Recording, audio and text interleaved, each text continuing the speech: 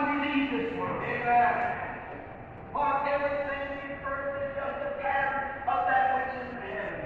E tudo na terra, a beleza, a doçura, a beleza da terra, não é absolutamente nada mais do que uma resposta a um muito melhor que esse que nos espera quando deixamos este mundo. Pois tudo na terra é apenas uma amostra daquilo que está no céu. Everything is good, everything is righteous, everything is beautiful. Trees, birds, everything is just a pattern of what's in heaven. Tudo que é bom, tudo que é justo, tudo que é belo, árvores, pássaros, tudo é apenas uma amostra do que está no céu. Our own life is just a pattern. It's just a shadow and not the real thing. It's the negative stuff. It takes death to develop a picture to put us back in the theology that we come from. Then in the resurrection we come in His likeness. A resurrected body. Nossa própria vida é apenas uma amostra, é apenas uma sombra e não a coisa real. É o lado negativo. É preciso a morte para revelar a imagem, para nos colocar de volta na teofania de onde viemos. Então, na ressurreição, nós veremos a sua semelhança num corpo ressuscitado. What a beautiful, not only beautiful, but it is the real solid truth of God's eternal word that we'll be like Him. Que belo! Não só belo, mas é a real e solene verdade da palavra eterna de Deus, de que seremos como Ele. Graças a Deus. Deus abençoe cada um dos irmãos. Uma vez mais, vamos colocar em pé. Nós vamos iniciar o culto, nossa adoração desta noite com o corinho 22. Pai Celeste, ao teu lado quero estar.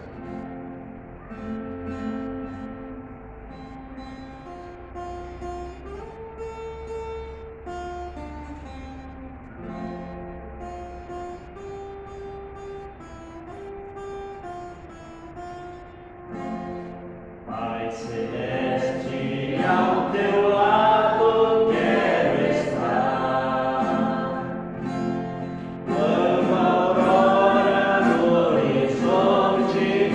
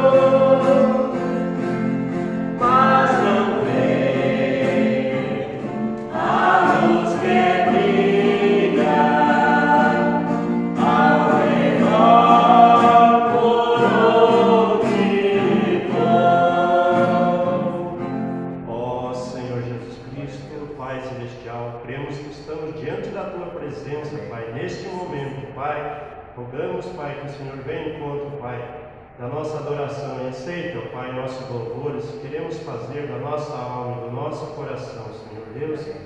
Ó Pai, abençoa cada um dos teus filhos que vieram, Pai. Que cada um possa levar uma porção a mais, ó Deus, do Teu Espírito Santo, Pai. Amém. Ó Deus poderoso, pedimos perdão também de nossas fraquezas, Pai, porque diariamente, Pai, nós pecamos diante da Tua presença, mas cremos, Pai, que o Senhor, através do Teu sangue, Pai, ó Deus, nós somos perdoados, Pai. Se nós estivermos debaixo desse sangue, nós somos perdoados, Pai. Por isso cremos, ó Deus, que nós estamos aqui, Senhor, para esse propósito. Amém. Ó Deus, ajuda aqueles que estão fracos pelo caminho, Senhor. Oramos por eles também, ó Pai, que tenha misericórdia de cada um, Senhor. No nome do Senhor Jesus Cristo, abençoa também, Senhor, aqueles que nos assistem através da internet, Pai. Seja com cada um, abençoa a família de cada um, que cada um possa ser abençoado e recompensado. No nome do Senhor Jesus Cristo, que oramos e pedimos isto para a Tua glória. Amém. Amém. Graças a Deus.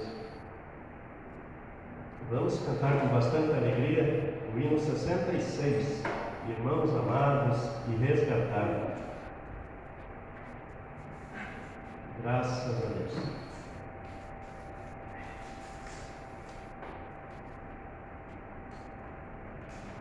Com as nossas palmas, amém?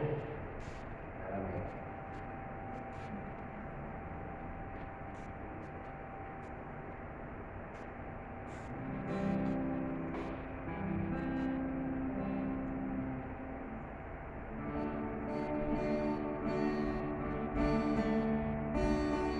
Irmãos amados e resgatados, guiadamente e triunfante, combateremos e venceremos no nome santo de Jesus. No nome santo, alegre canto, eu fui lavado, santificado e me perdido, mas sou remido no nome santo de Jesus. Irmãos amados, santificados, fiquei unido, pois sois remidos, não mais temendo o bem fazendo, no nome santo de Jesus. No nome santo, alegre canto, eu fui lavado, santificado e perdido, mas sou remido no nome santo de Jesus. Irmãos amados, purificados, sede valente e muito prudente, estais lavados e libertados no nome santo de Jesus. No nome santo, alegre canto, eu fui lavado, santificado e me perdido, mas sou remido no nome santo de Jesus. Amém. Glória a Deus. Grande é o nosso Deus. Vamos cantar ainda o 221. Minha âncora é Jesus. Glórias a Deus.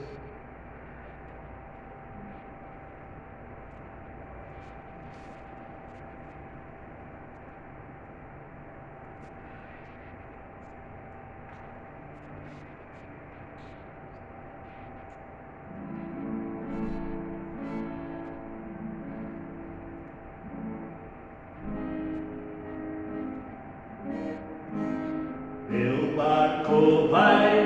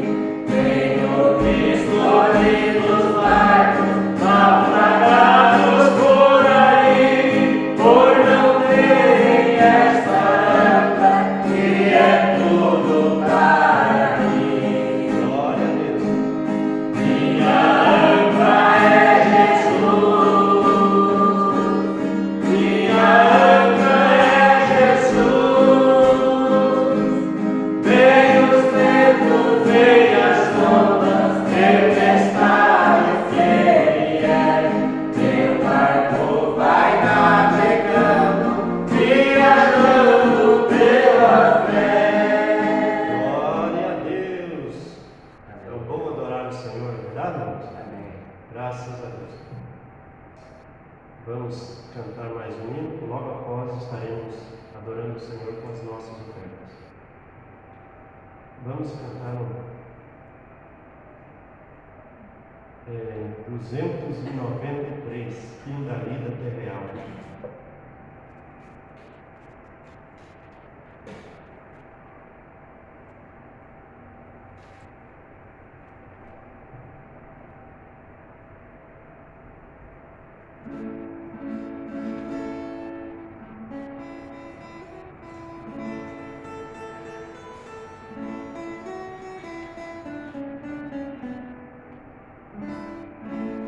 Da vida terreal, quando já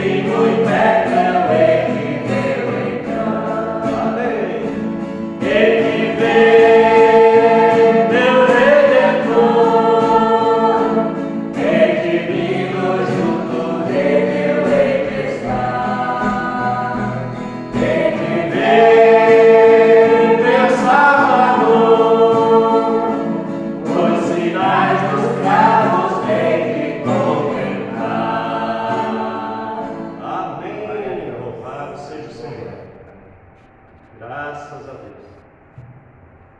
Vamos ficar em pé, vamos orar pelas ofertas.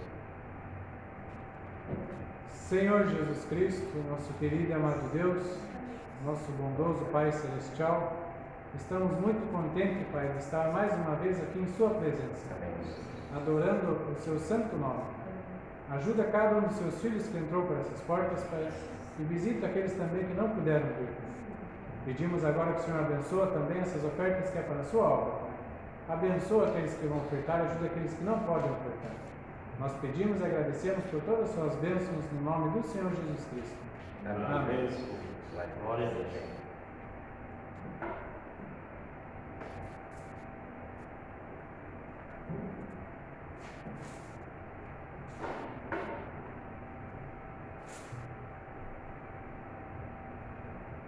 Corinho 35, irmãos.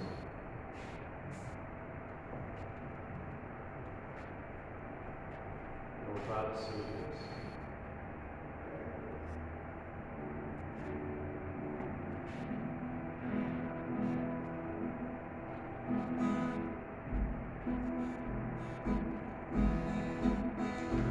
Todos devem saber, todos devem saber, todos devem saber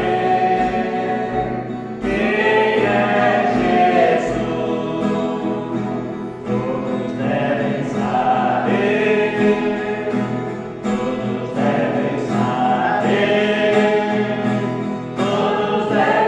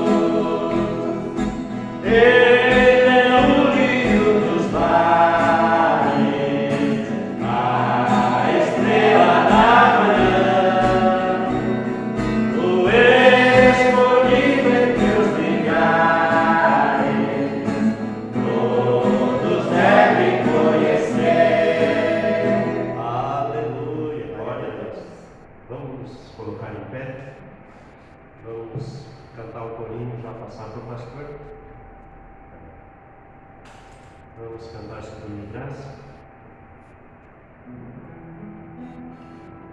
Louvado seja Deus.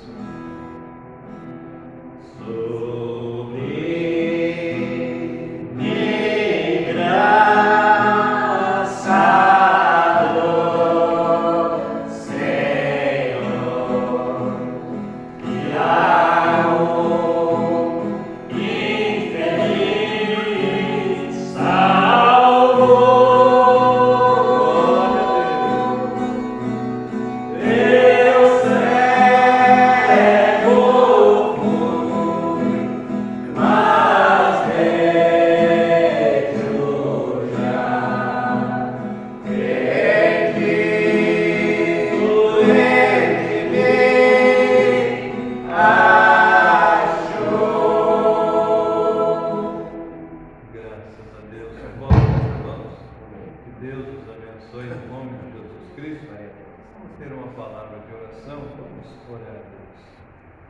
Senhor Jesus, nós te agradecemos, ó Pai, por esses hinos que foram entoados, Senhor. Pai, e estamos oferecendo como louvor, Pai, o sacrifício suave de nossos lábios a Ti, ó Pai. Amém. Recebe nossa adoração, abençoa Teus filhos, cada um que entrou por essas portas, recompensa, Senhor, a cada um, segundo a fé dos teus filhos, e abençoa nossas vidas, ó Pai. Agora desejamos ouvir tua palavra, fala com cada um de nós e anima-nos, ó Pai, a estar mais perto de Ti, mais certo, Pai, dessa vida eterna dentro de nós. No nome de Jesus Cristo, Pai, e que haja cura, bênçãos a favor dos Teus filhos nesta noite, e que Teu grande Espírito Santo se manifeste em poder no nosso meio. Amém. Pois pedimos essas bênçãos em nome de Jesus. Amém, Senhor. Amém. Graças a Deus, que Deus abençoe a todos, né? Vou aproveitar os irmãos de pé. Eu trago saudação aqui dos irmãos de Castro, eu creio que vocês recebem, né, irmãos? Amém. Louvado seja Deus. Vamos ler Apocalipse, então, 6, capítulo 6. Hoje nós vamos estar encerrando a mensagem, né? Essa mensagem, o primeiro selo. Eu creio que nós vamos ser grandemente abençoados. Amém. Vamos então ler Apocalipse capítulo 6, versos 1 e 2. Diz assim: E havendo o cordeiro aberto um dos selos, olhei e ouvi um dos 4 animais que dizia, como em voz de trovão: Vem e vê.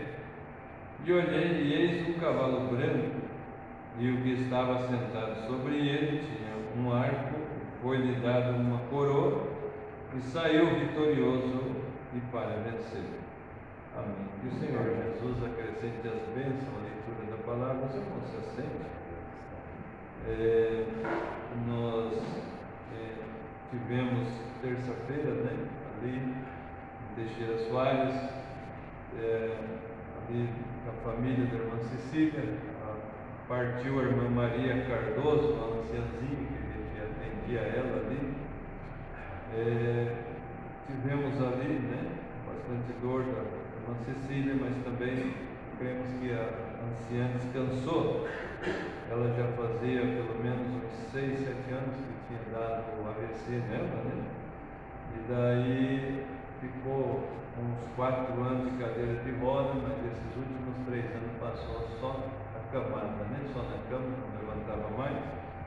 E o último ano mesmo, ela foi, como se diz assim, só pela misericórdia, porque a gente crê, e a Bíblia fala, né, que o justo não morre fora do seu tempo, e às vezes tem que passar por uma parte bem dolorosa, né, mas ele não vai antes. E ela passou ali bastante dificuldade, mas demorou quase um ano, né? A gente ia levar a ceia para ela os primeiros 2 anos, ela estava acamada, ainda ela estava com o olho aberto, né? E via a gente assim, e atendia até o Deus abençoe que a gente dava, mas já nesse último ano ela já estava com o olho já fechado, né?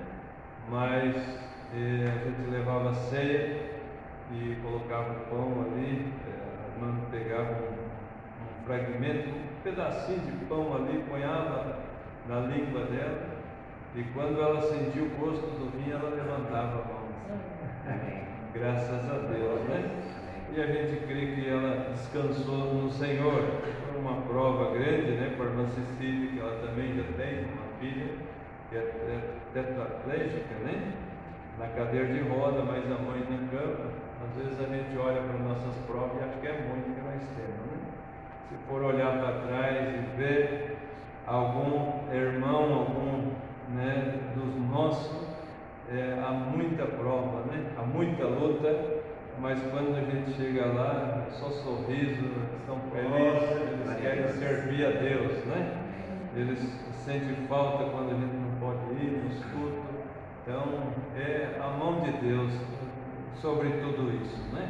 Amém. Mas graças a Deus, também tivemos na Paina ontem, ali, ontem não, quarta-feira, né? Tivemos ali com o irmão Antônio na Paina, tivemos um culto maravilhoso ali com eles, e eles também enviam uma saudação a vocês, eu creio que vocês recebem, né, irmãos? Amém. Graças a Deus. Nessa mensagem hoje, né, nós vamos dar início no 319, como o Mateus passou ali.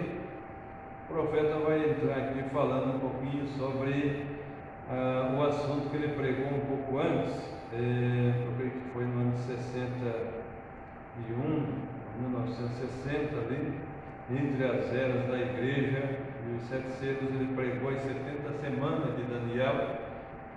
E ele vai falar um pouquinho sobre isso, né? Sobre esse pacto em que Roma fará com os judeus, né? Mas ele glorifica a Deus que nesse tempo a igreja já tem ido embora, né?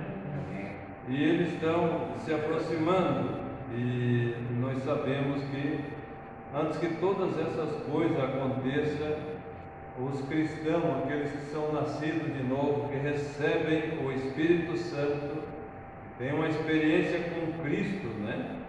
Esses não verão essas coisas.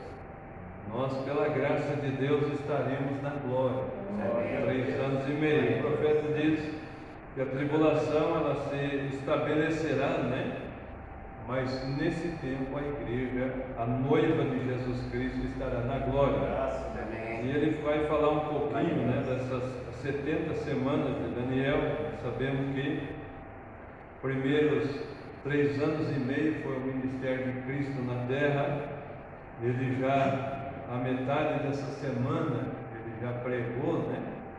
E então volta, tem mais 3 anos e meio para os judeus. E esses 3 anos e meio é um período que, no final dele, os 144 mil serão selados, né? O profeta diz, e eles serão arrebatados junto com Moisés e Elias, mas a noiva já está selada e está guardada ali, né, no palácio, quando Jesus se dá a conhecer aos seus ali, né? Ele faz um tipo de José. Então o profeta vai tocar muito nesse ponto, né? E eu espero que o Espírito Santo vivifique essa porção em nosso coração. Às vezes nós podemos pensar, mas isso, como nós vamos antes, não tem muito interesse para nós, porque nós vamos antes, né? E o profeta vem e diz, o mistério ele não te salva e nem te condena, mas ele ajuda a preparar para o arrebatamento. Então nós queremos tudo que esse profeta pregou, nós queremos ouvir.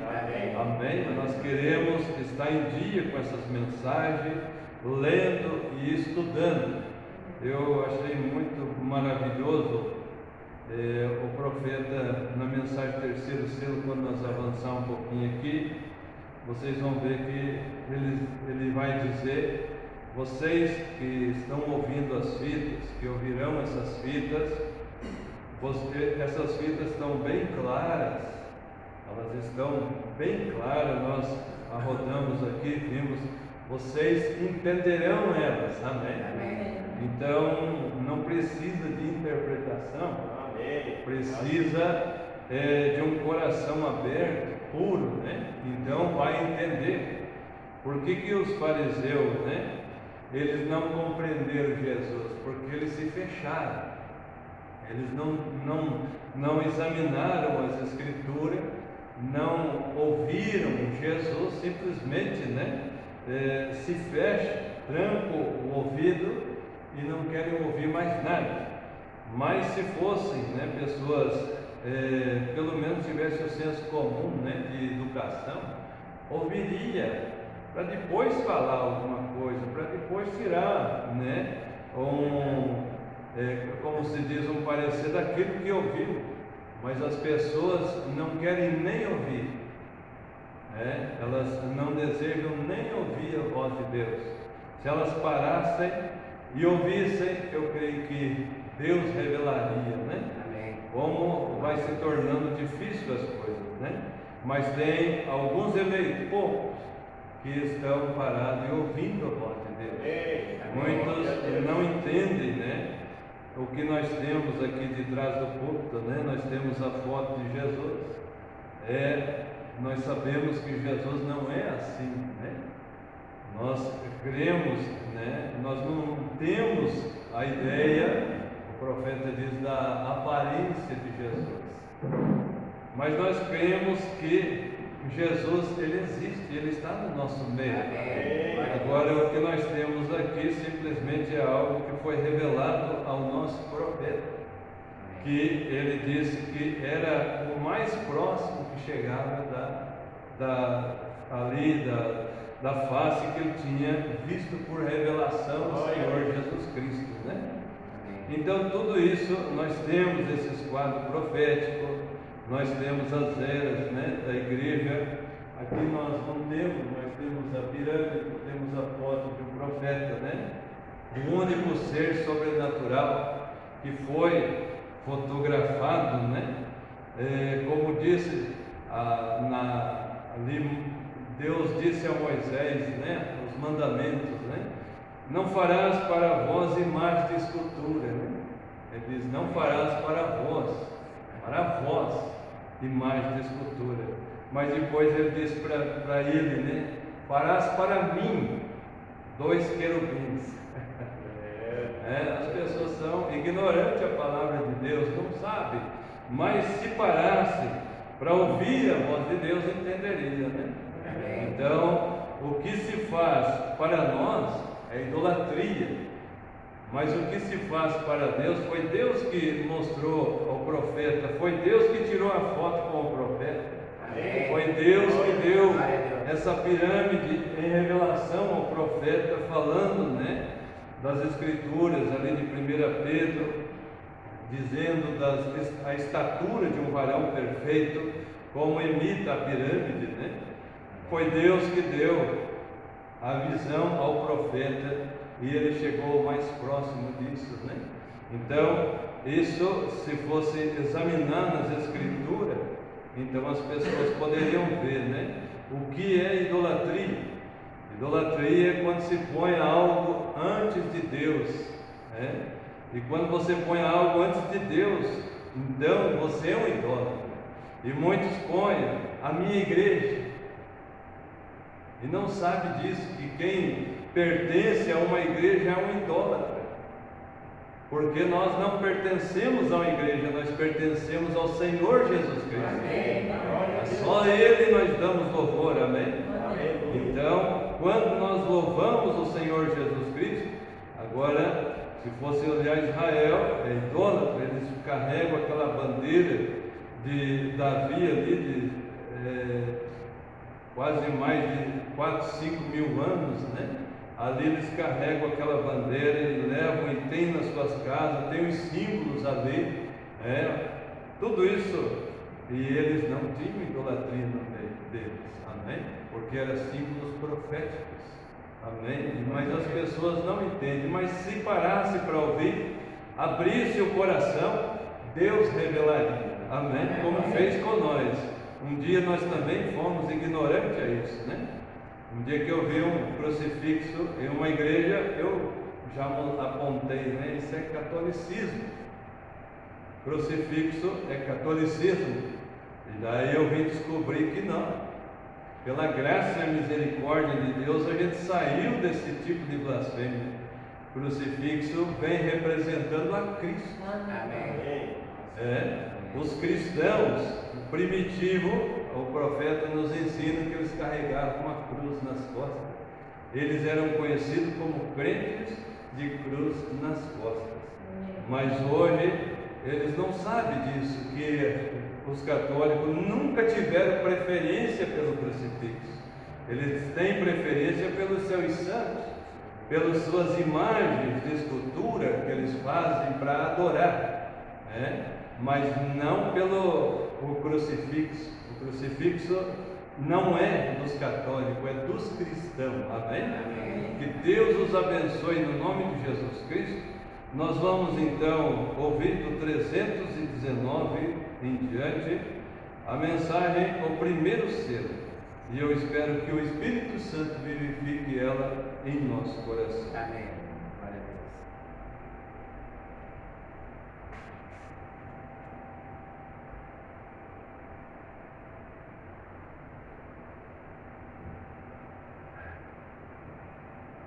Já que você diz, quero que você entenda que sou igualmente religioso. religioso. Bem, isso pode ser verdade.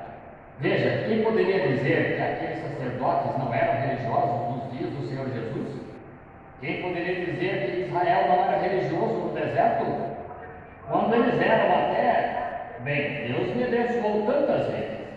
Sim, Ele também os abençoou. Eles nem tinham de trabalhar para viver. Ele os alimentou no céu. E Jesus disse, eles estão todos perdidos e mortos e pereceram. Nossos pais, eles disseram, comeram maná no deserto por 40 anos. Jesus disse, e eles estão todos mortos, eternamente separados. Ele disse, mas eu sou o pão da vida que desceu de Deus do céu. Se alguém come este pão, nunca morrerá. Está vendo? Ele é a árvore da vida. Note exatamente como e quando Jesus veio. Aqueles sacerdotes, eles chegaram lá muito religiosos.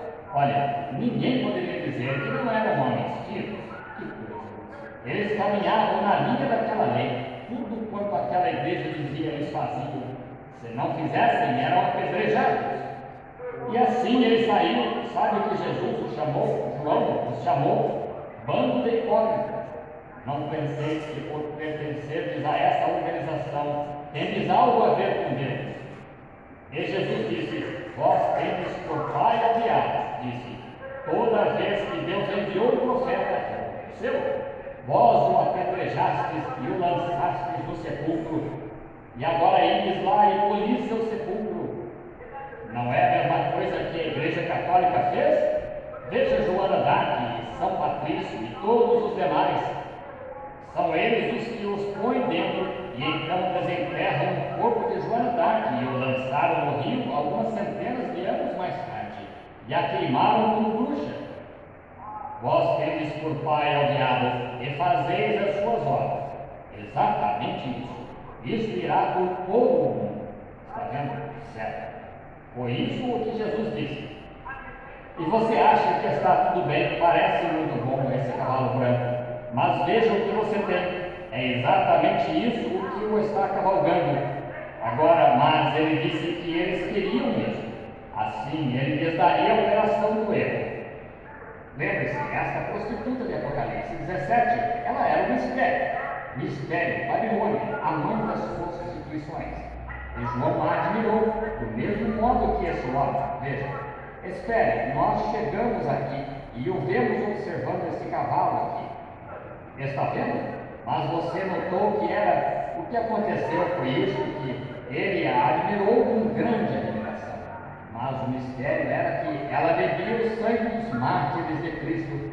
Uma formosa igreja sentada ali, vestida de púrpura e ouro, e tinha um cálice na mão, da imundície das suas prostituições. O que são prostituições? É viver iniquamente. Essa é a sua doutrina que ela estava distribuindo, tomando a palavra de Deus e invalidando-a por algumas ave-marias e todos esses outros tipos de coisas, e distribuindo isso.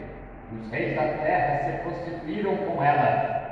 Bem, você diz, isso é a Igreja Católica, mas ela era a mãe das prostituições. Veja, a mesma coisa que ela é. Aí está.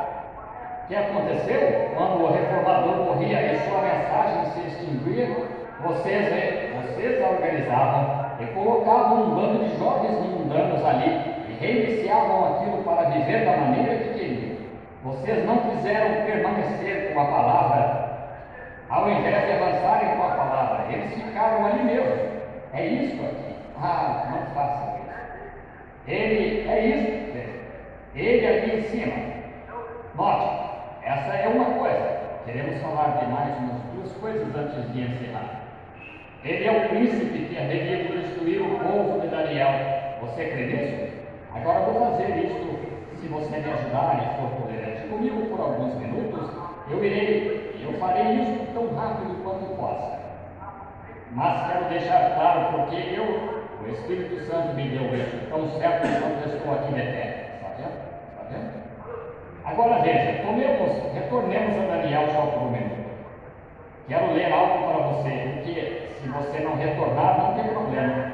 Quero ler Daniel 9, e quero ler os versículos 26 e 27 de Daniel 9. E observe, se ele é o que vai destruir o povo de Daniel o que ele vai fazer. E depois das 62 semanas será tirado o Messias. Veja, essas são as 62 semanas em que ele seria tirado das 70 semanas.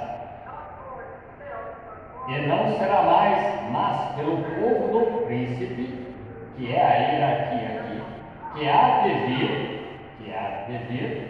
destruirá a cidade e santuário, e o seu fim será como uma grande inundação, e até o fim haverá guerra.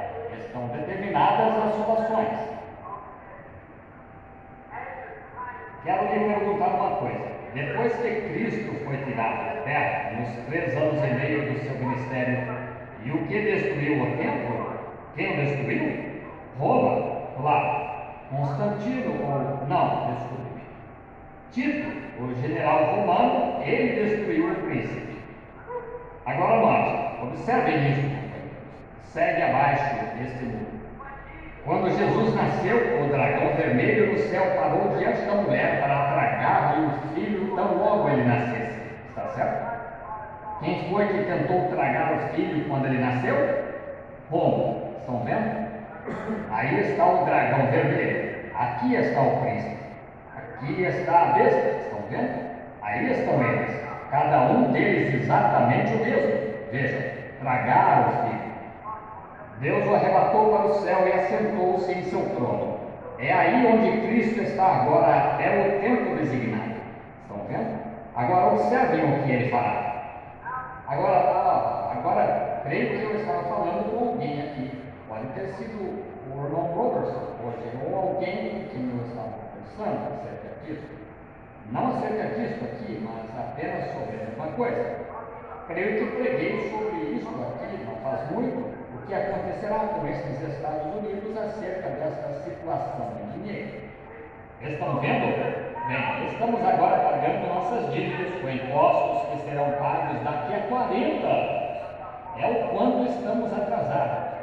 Já sintonizaram a KAIR lá, ou Lifeline, e ao ouvido de Washington? Ora, estamos completamente falidos. É só isso. Qual é o problema? O ouro está todo recolhido e os judeus têm os títulos de crédito. Vai ser Roma. Agora observe. Sabemos quem possui as grandes lojas, mas Roma tem a maior parte da riqueza do mundo. O resto dela, os judeus têm. Agora observe isso. Agora somente ouça isso, como o Espírito Santo me apresentou.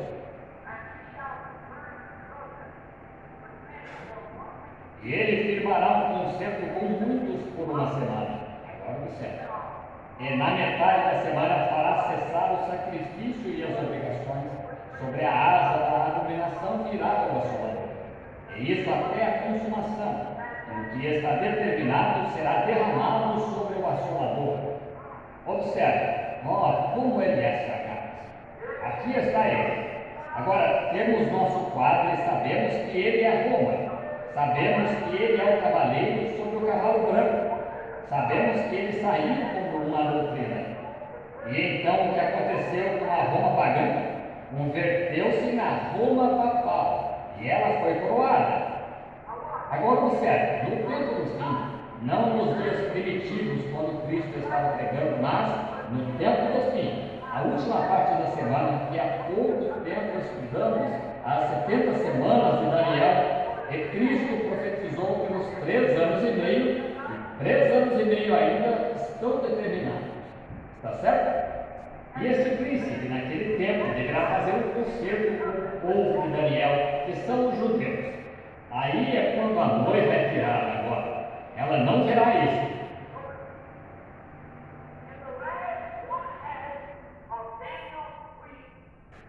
Note, na última metade da semana de Daniel, o povo faz um concerto. Este príncipe faz um concerto com Roma, faz um concerto com eles, sem dúvida, pela riqueza, porque os católicos e os judeus detêm a riqueza do mundo. Eu estive no Vaticano, vi a coroa tríplice. Estava para ter uma entrevista com o Papa. O barão Van Lamberg a conseguiu para mim para uma quarta-feira à tarde, às 3 horas. E quando me levaram à presença do rei, cortaram as bainhas da minha calça. Tudo bem. Disseram-me para nunca virar as costas ao me afastar dele. Tudo bem. Mas eu disse: o que tenho de fazer diante desse indivíduo? Disseram: bem, o Senhor apenas entra e se põe sobre um joelho e beija seu dedo. Eu disse: nada disso, nada disso, não, Senhor. Eu disse: eu chamarei qualquer homem de irmão que queira ser irmão. Eu o chamarei de reverendo se ele quiser ser chamado disso. Mas adorar um homem, isso pertence totalmente a Jesus Cristo. Não, Senhor. Não beijar a mão de homem algum desse jeito. Não mesmo. Assim eu não fui. Mas pude ir por todo o Vaticano. Ora, não se poderia comprá-lo com 100 bilhões de dólares. Bem, você iria uma. E somente pense, a riqueza do mundo, a Bíblia diz, se achou nela. Ora, somente pense, nos grandes lugares, os bilhões, porque o comunismo surgiu aqui na Rússia. Sinto mal-estar ouvir tantos pregadores condenando o comunismo e nem sabem acerca do que estão falando.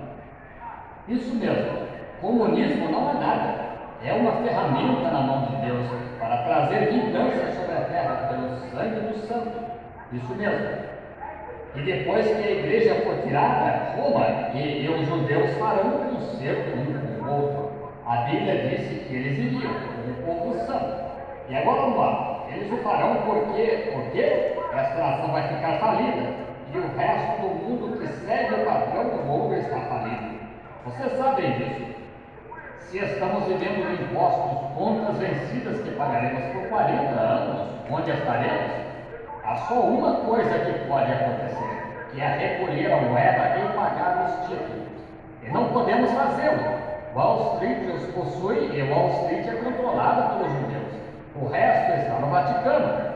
E os judeus têm o resto em Wall Street, com o comércio do mundo. Não podemos recolher. E se pudessem fazê-lo, vocês acham? Estes produtores de uísque e todos estes produtores de cigarro com bilhões de dólares por ano e abatem todo o seu imposto de renda com fotos vulgares e coisas assim, e vão lá para o Arizona e compram milhões de acres de terra ou milhares e cavam aqueles grandes poços por 50 mil dólares e os pagam com imposto de renda. Eu colocaria na cadeia se você não pagasse o seu, mas eles abatem o imposto e constroem poços e enviam escavadeiras para lá. E que fazem? Constroem conjuntos residenciais lá no mandato seguinte com o dinheiro que ganharam. Eles têm que fazer um investimento e constroem casas, conjuntos lá e os vendem por milhões de dólares. Você acha que esses indivíduos vão se comprometer a mudar a moeda? Como esse indivíduo aqui, qual é o nome dele? Castro fez. Ele fez a única coisa inteligente que já fez. Então, quando destruiu os títulos de dívida, quitou-os e destruiu-os. Note, mas nós não podemos fazer isso. Estes indivíduos não deixarão. Os ricos mercadores da terra o controlam. Então, só há uma coisa a fazer. A Igreja Católica pode pagá-lo. Ela é a única que tem o dinheiro. E ela pode fazê-lo, e o fará. E ao fazê-lo, para obter isso, ela se comprometerá com os judeus fazendo um concerto. E quando ela fizer este concerto com os judeus, agora lembre-se, estou tirando isso da Escritura. E agora, quando ela fizer isso, e fizer este concerto, notamos em Daniel 8, 23 e 25, ele fará prosperar o engano. Engano é manufatura na sua mão. E ele faz este concerto com os judeus. E no meio desses 3 anos e meio, ele quebra este concerto. Tão logo estiver com tudo armado e amarrar o dinheiro dos judeus. E quando ele fizer isso, que coisa, ele é chamado de anticristo até o fim da era da igreja. Porque ele e seus filhos são contra Cristo e a palavra. Este homem é chamado o anticristo. Agora ele vai ter em seu poder o inimigo. E é aí onde eu penso que isso entrará. Só um minuto, vamos dizer assim. Então quero voltar a isto no minuto. Ele é chamado o Anticristo. Ele será chamado o Anticristo à vista de Deus até o tempo do fim. Agora, mas então ele será chamado alguma outra coisa. Agora, quando ele conseguir controle sobre todo o reino, então ele infringirá esse concerto com os judeus, como Daniel aqui disse que ele faria, no meio da última metade das 70 semanas de Daniel.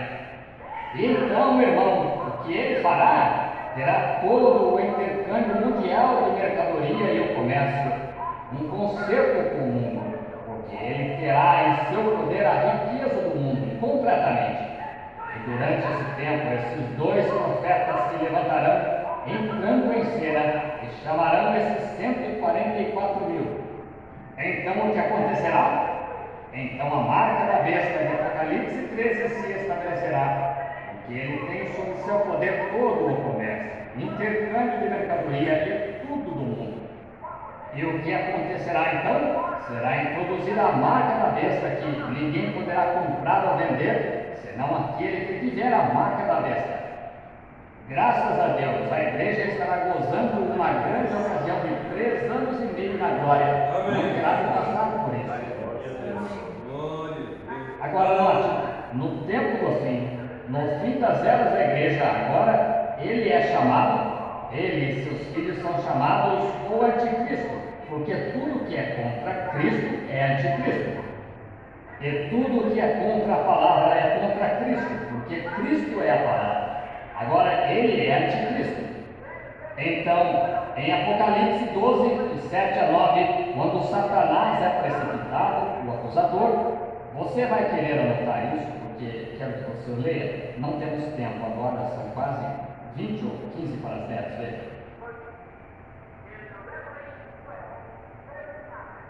Mas em Apocalipse 12, de 7 a 9, Satanás, o Espírito, o diabo, que está lá em cima agora, acusador de nossos irmãos,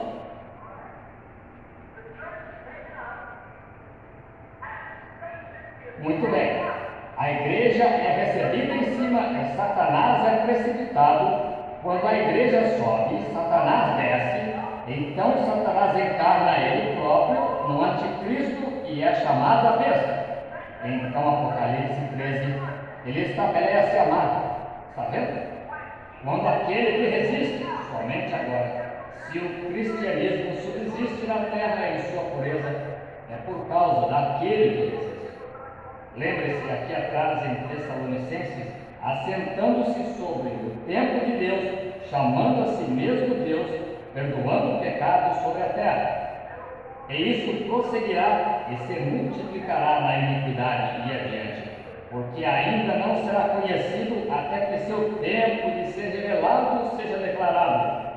E então a igreja será arrebatada, e quando ela for arrebatada, então ele se muda diante de Cristo agora. Ó, que coisa! A igreja, a grande igreja e aquilo, agora ele se torna a besta. Queria poder fazer as pessoas verem isso.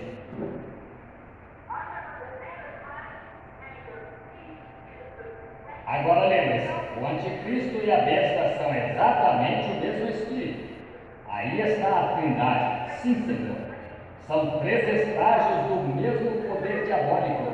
Lembre-se, Nicolaíta, veja, teve de estar encarnado antes que pudesse ser coroado.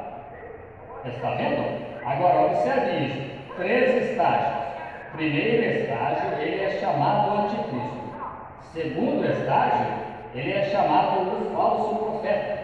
Terceiro estágio, ele é chamado a besta.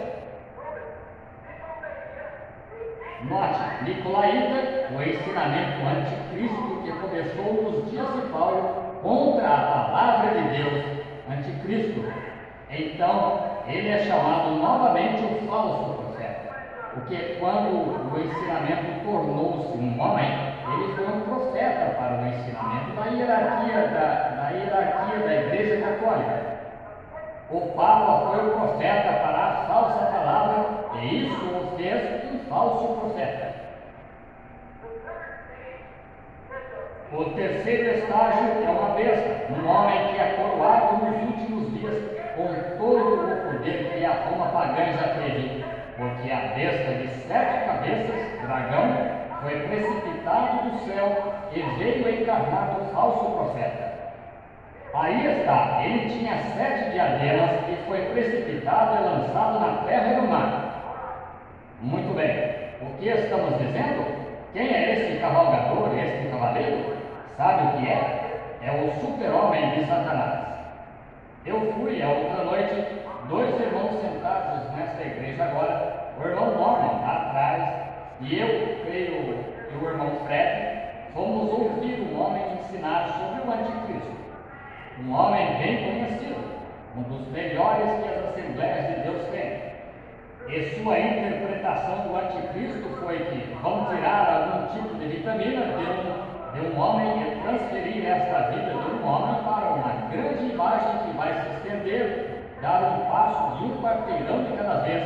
E isso poderia imaginar um homem cheio do Espírito Santo com uma ilusão como essa, ou que afirma ser.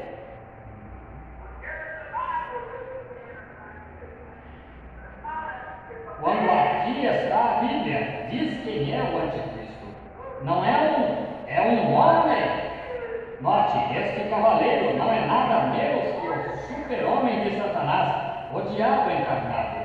Ele é um gênio instruído. Agora espero que tenha os ouvidos abertos. Estavam testando um de seus filhos, não faz muito, num programa de televisão, para ver se ele não era mais inteligente do que o homem confrontante, para se candidatar para presidente, está vendo? Por conseguinte, ele tem muita sabedoria. Satanás também tem. Ele tenta vendê-la. Ele a vendeu a Eva. Ele a vendeu a nós. Temos desejado um super-homem. Nós o temos. Muito bem. O mundo inteiro está querendo um super-homem.